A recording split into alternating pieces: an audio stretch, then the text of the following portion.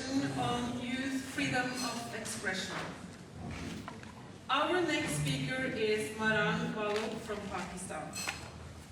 She's a surgeon and a human rights activist, and she currently leads a peaceful rights movement against enforced disappearance and extrajudicial killings in her native Balochistan province in southwestern Pakistan. So please welcome Marang Balogh to the stage.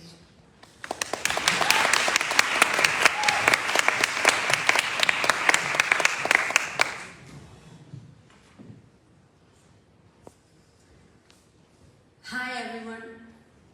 I'm glad to see so many diverse voices here. I'm very honored and happy to be part of this event, being part of wonderful discussions.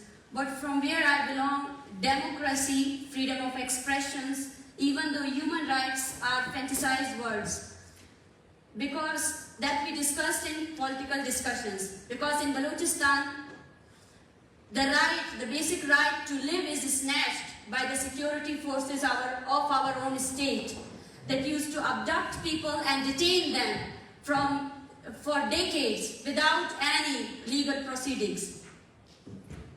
My name is Marang Balogh. I'm a rights activist and a survivor of enforced disappearances. I lead a peaceful movement mostly comprised of young women against enforced disappearances in Pakistan, Balochistan. I am from the southwestern province of Balochistan. I come from a region where we live like slaves of the ancient era. Even in the 21st century, our painful stories might seem like the plots of novels based on World War I, II and Holocaust. You might find these stories hard to believe, but I assure you, the Baloch community endures an unimaginable harsh existence. You live in countries where human rights are highly valued. For you, the forced disappearances of a person based on just their identity would be shocking.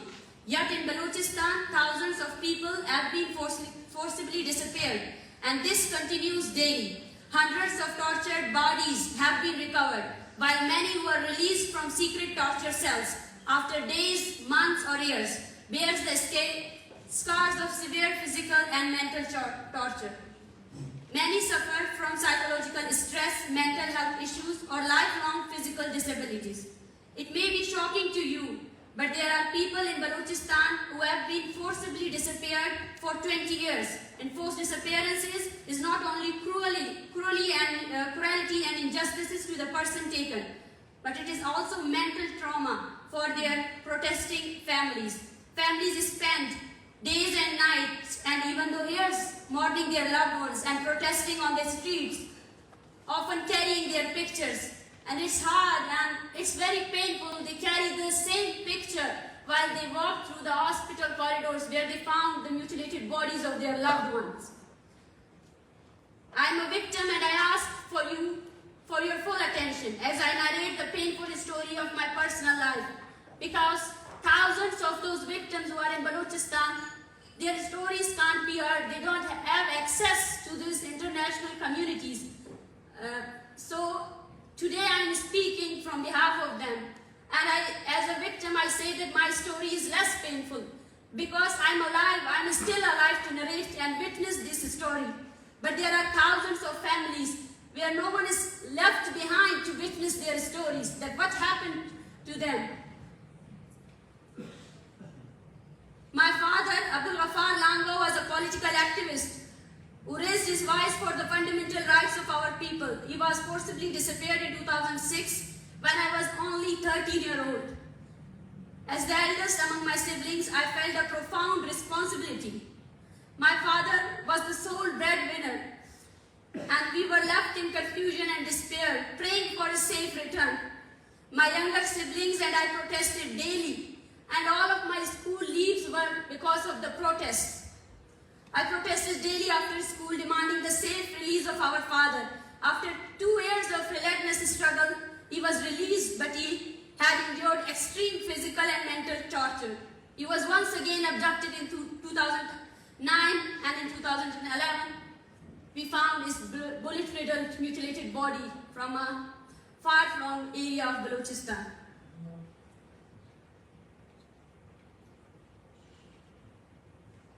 I still remember the day when his body was brought home.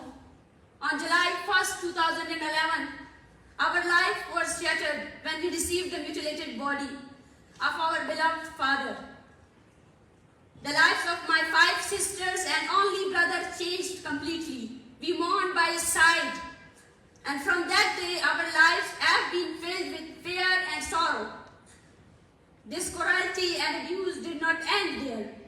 In 2018, my only brother, Nasir Baloch, who was also the witness of enforced disappearance of my father, was also forcibly disappeared by the security forces. In front of me, I am the witness of his enforced disappearances. I resumed my protest, and after 3 months, and it was the time when I was studying, doing a medical graduation, and I got failed first time in my medical career because I was so mentally tortured. I didn't have the courage to take a phone call. So okay, someone will call me and say that yes, we found the dead body of your brother also. I resumed my protest, but yes, it's a relief that after 3 months of relentless effort, he was released. I resolved that I would not remain silent. That was the time when everything changed in my life. People like those who are born in democracies, for them activism may be an option, but for us, it's not an option. We are not born in regions like we have to choose, like having our personal life, having a career. We have to choose activism because there is no chance for our survival if we wouldn't choose activism. Last year in November, after the Pakistani counter-terrorism police kidnapped a young man and killed him in custody, thousands of us marched more than 1,600 kilometers from Balochistan to Pakistan's capital, Islamabad. What we demanded to investigate how a person in the custody of Pakistan has been killed. Rather than addressing our demand, the state ignored us. When we arrived in Islamabad on a cold December, the police baton charged us. 290 of us were arrested, including myself. I was kept in a male police station for 24 hours, and a police officer threatened to cut my tongue. After the Islamabad High Court intervened, we were released, but an organized and sophisticated campaign was launched against us, with the media supporting the state narrative. We were called foreign agents and terrorist sympathizers. If I were to be detained, the human rights situation in Balochistan, I would need to speak day and night, and still the story of human rights violation would not end. In short, Balochistan is currently one of the world's regions for human rights violation, yet the reality remains hidden from the world. I urge all of you to raise your voices against the atrocities happening to us. Your one voice can save our lives. Today I am constantly threatened because I struggle for human rights.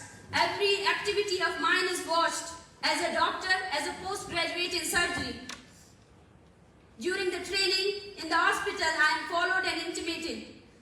Despite this, I will not give up my fight for human rights, nor will I be silenced by fear. I will continue to fight for a better life for my people. When we speak about missing persons, the state uses different tactics to undermine our cause. Back in Balochistan, the media is bombarded us about questions that why people are being killed in Balochistan. And we are not spared even in these international platforms. On May 24th, even on Norwegian soil in Oslo, at a PEN Norway event, I was confronted with the same questions. The state is backing a huge social media campaign against me, with my pictures being shared online. In one picture, a glass filled with juice is seen, and it is being propagated as wine. Another picture of my watch is being shared, claiming it cost $41,000. Here in this hall, agents of Pakistani intelligence agency have been sitting and filming me. I informed the organizers and the police. They are actively following these peoples, and they have been identified. But Norway, being an ally of Pakistan and an advocate of human rights, has a responsibility to not only speak about human rights abuses in Pakistan, but also to wake up to how to